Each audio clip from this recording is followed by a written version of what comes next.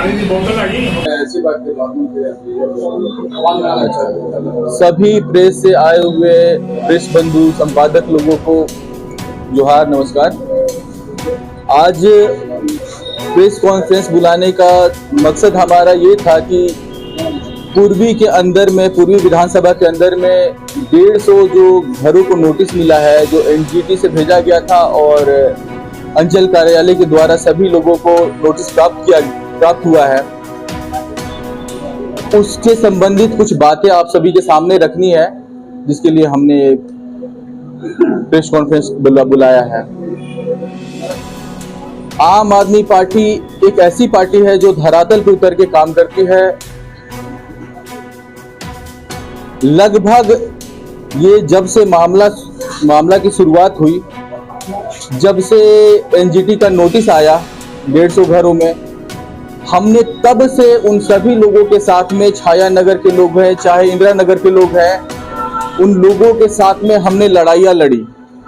शायद आप सभी को पता नहीं होगा तो मैं एक बार साझा करना चाहूंगा।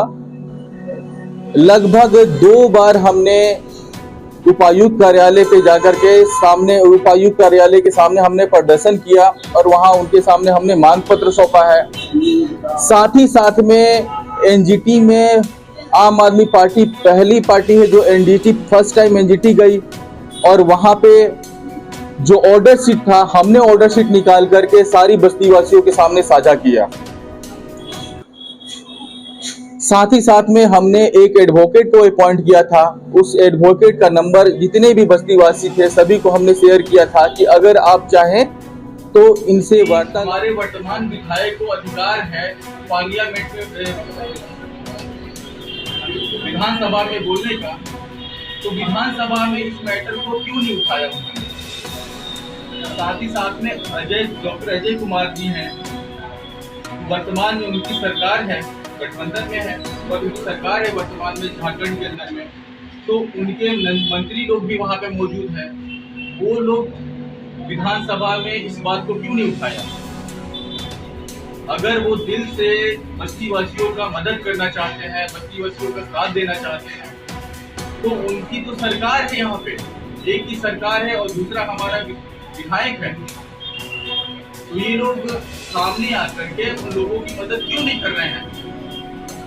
ऐसा क्यों हो रहा है कि सिर्फ बयानबाजी हो रही है, एक दूसरे को ब्लेम किया जा रहा है? तो मेरा बस यही कहना है कि हमारी पार्टी सदैव से सभी बस्तीवासियों के साथ खड़ी है और आगे भी हम खड़े रहेंगे।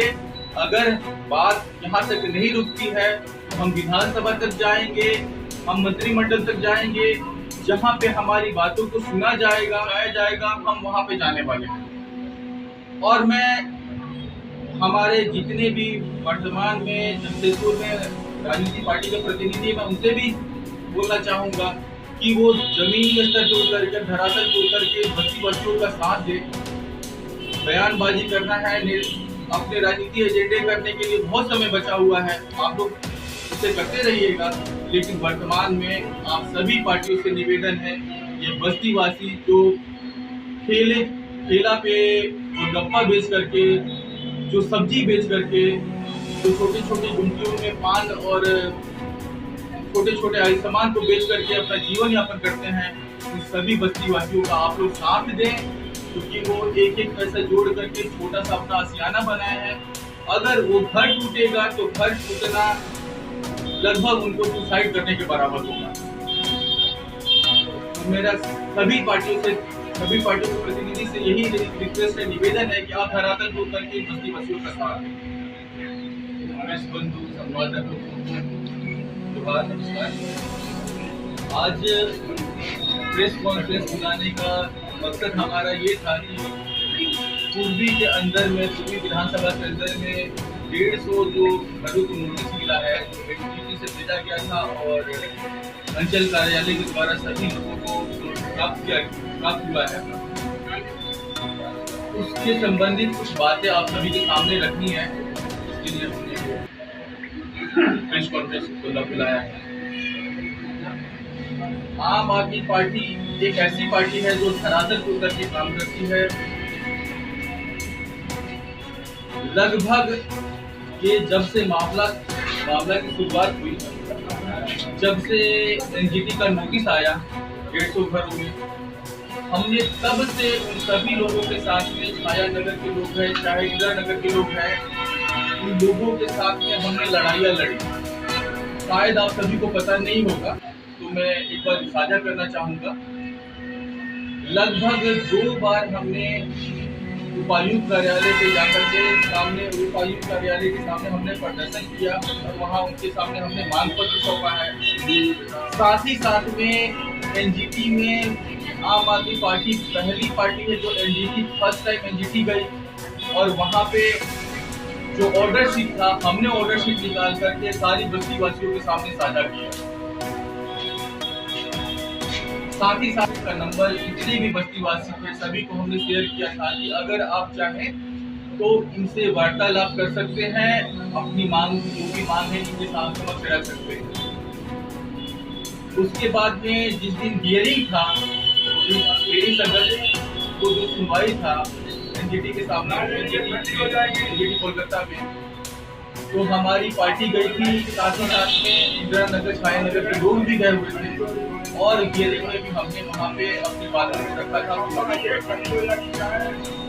तो मेरा कहना है, मेरा कहने का मकसद ये है कि हम वर्तमान में जो भी हमारे पूर्वी के लोग हैं, 150 घरों का जो नोटिस मिला है, हमारी पार्टी ग्राउंड लेवल पे उतर करके उन लोगों के साथ होकर के उन लोगों के लिए लड़ रही है, लड़ाई लड़ रहे हैं। लेकिन दूसरी पार्टियां जो है यहाँ पे राजनीति कर रही है, वो एक दूसरे को ब्लेम करते हैं, चाहे वो कांग्रेस हो गया, चाहे बीजेपी हो गया, चाहे वर्तमान में हमारे वर्तमान विधायक गरीब आए हैं। मैं पूछना चाहता हूँ, आने वाले विधानसभा जो भी होने वाली है उसमें किस मुद्दों को लेकर आम आदमी पार्टी पब्लिक के बीच जा रही है? जहाँ तक जमशेदपुर की बात करें, जमशेदपुर में पूरी विधानसभा के अंदर में पानी का सबसे बड़ा मुद्दा है। कई इलाके ऐसे हैं जहाँ पे पानियों का नाली तक नहीं बिछाई गई है, पाइप नहीं बिछाई गई है, पूरा का पूरा बस्ती पानी की समस्याओं का सामना कर रहा है। तो पानी की समस्या सबसे बड़ी समस्या है, एक मुद्दा ये है हमारा। दूसरा इलेक्ट्रिसिटी, बिजली का कटऑफ इतना ज़्यादा तो पूरे झारखंड का है, जो झारखंड में हमारी 81 सीटों पर पार्टी लड़ेगी, तो बिजली को भी लेकर के लड़ेगी। हमारा जब दिल्ली में और पंजाब में हमारे 2 राज्यों में हमारी सरकार है, तो दोनों राज्यों में हम पानी की व्यवस्था 24 आवर हमने किया है, बिजली भी हमने 24 घंटा दिया है। शिक्षा स्तर पे हमने पूरा का पूरा जो सरकारी स्कूल है, सरकारी स्कूलों को हमने प्राइवेट स्कूलों से भी बेहतर कर दिया है। आप वर्तमान में आप देख सकते हैं कि एक मिडिल क्लास का बंदा हो या फिर एक बीपीएल जो है गरीबी रेखा के नीचे रहने वाले लोग हैं, तो पानी को लेकर के, बिजली को लेकर के और बच्चों का एजुकेशन को लेकर के लगभग 7 से 8 हज़ार लोग खर्च करते हैं। अगर एक बच्चा है तो 2 बच्चा अगर प्राइवेट स्कूल में डालते हैं और खर्चे बढ़ जाते हैं, क्योंकि उन्हें पता है कि सरकारी स्कूलों का बद से बदतर हालात था। हम थोड़ा सा ब्रीफ में समझाना चाहेंगे कि हमारी पार्टी में